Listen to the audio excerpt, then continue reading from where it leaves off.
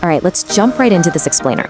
Today, we're taking a look at a machine that is literally synonymous with speed, luxury, and just absolute engineering perfection, the Concorde.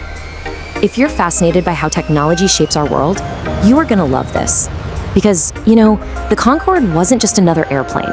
It was a total game changer that completely tore up the rulebook on what flight could actually be. It is absolutely wild to think about a machine that debuted all the way back in 1976. Yet honestly, it remains completely unmatched by any commercial passenger aircraft flying today. Seriously, take a second to wrap your head around that. Decades after it retired, nobody has caught up. It wasn't just ahead of its time. It was like this incredible piece of a sci-fi utopian future, just dropped right into the 1970s and then poof, it vanished. But to figure out exactly why, we've got to go back to where every legend starts. Section 1, the Supersonic Dream. To really get this story, we have to rewind to the 1960s, a time completely fueled by the space race. Think about the vibe back then. Humans were literally figuring out how to walk on the moon, and tech was moving so fast it made your head spin. The impossible suddenly felt, possible. So engineers started asking this massive, bold question. What if passenger aircraft could fly faster than sound? Now, sure, military jets had already broken the sound barrier, but commercial aviation? Totally different ballgame. You're talking about safely strapping over 100 people into a metal tube, launching them across an ocean, and doing it at twice the speed of sound. The extreme temperatures, the insane structural stress, it was a giant puzzle that nobody in the commercial space had ever solved before. Section 2, engineering the impossible. Engineers quickly realized that ordinary aircraft designs simply wouldn't stand a chance against those extremes. You couldn't just slap bigger engines on an existing plane and call it a day. Every single major component had to be completely reinvented from scratch to handle the brutal physics of supersonic travel. And the power behind this thing? Unbelievable.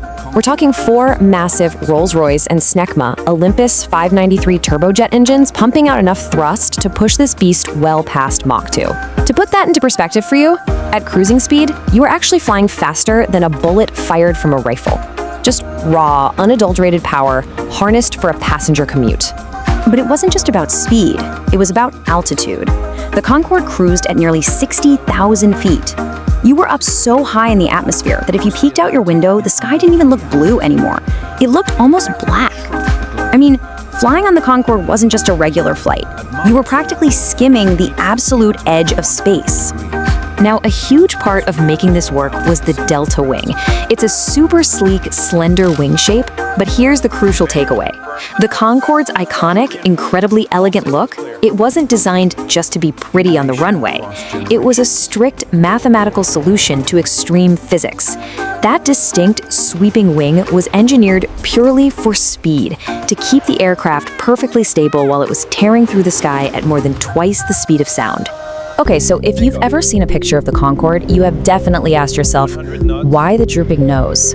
Well, just like those wings, it wasn't some quirky style choice. It was literally a mechanical necessity. Concorde had to tilt way back for steep takeoffs and landings. The nose physically had to lower, otherwise the pilots couldn't even see the runway. Then, once they were airborne and leveled off, the nose just tucked right back up into that sleek aerodynamic position. Form completely followed function. After years of just relentless engineering, design, and testing against what everyone thought were impossible boundaries, the big day finally arrived.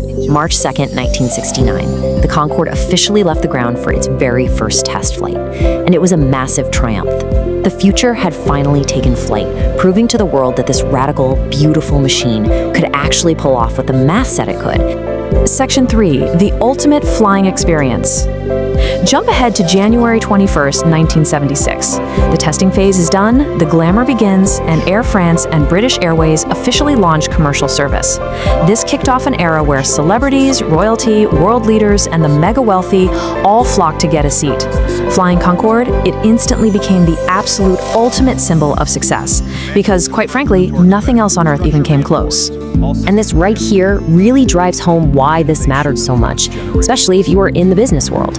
A conventional transatlantic flight took a long, agonizing 8 hours.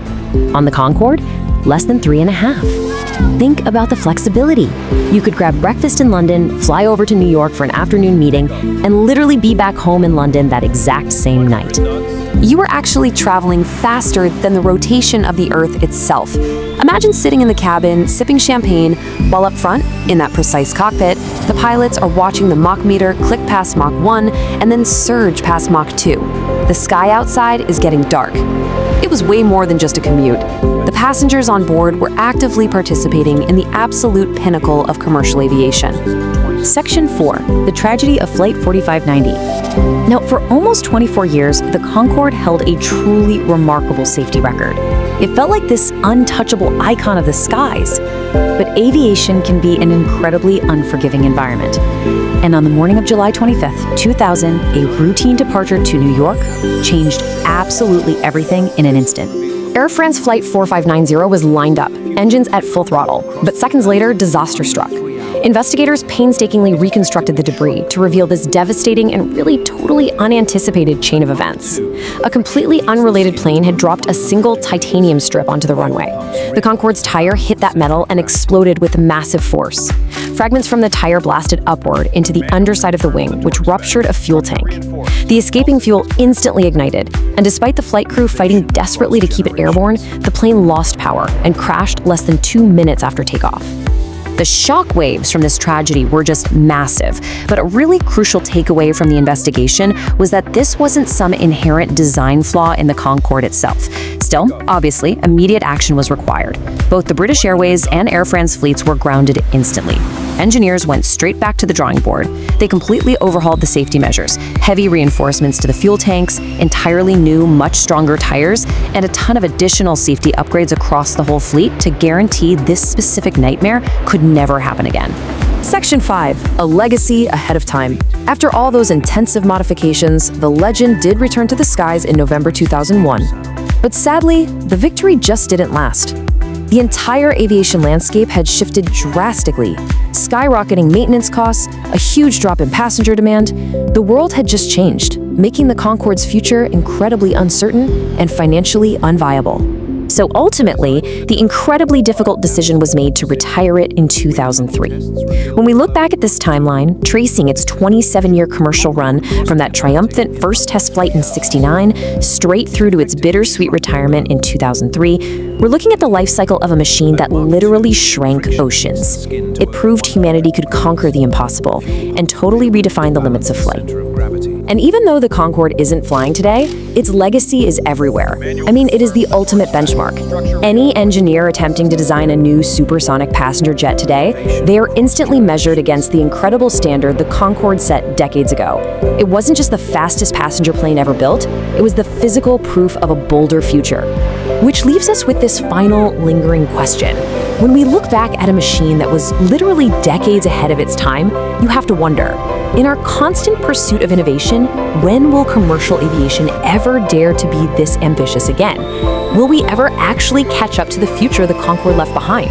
It's a pretty wild thing to ponder. Anyway, thanks for joining me on this explainer, and I really hope this deep dive gave you a whole new appreciation for an absolute marvel of the skies.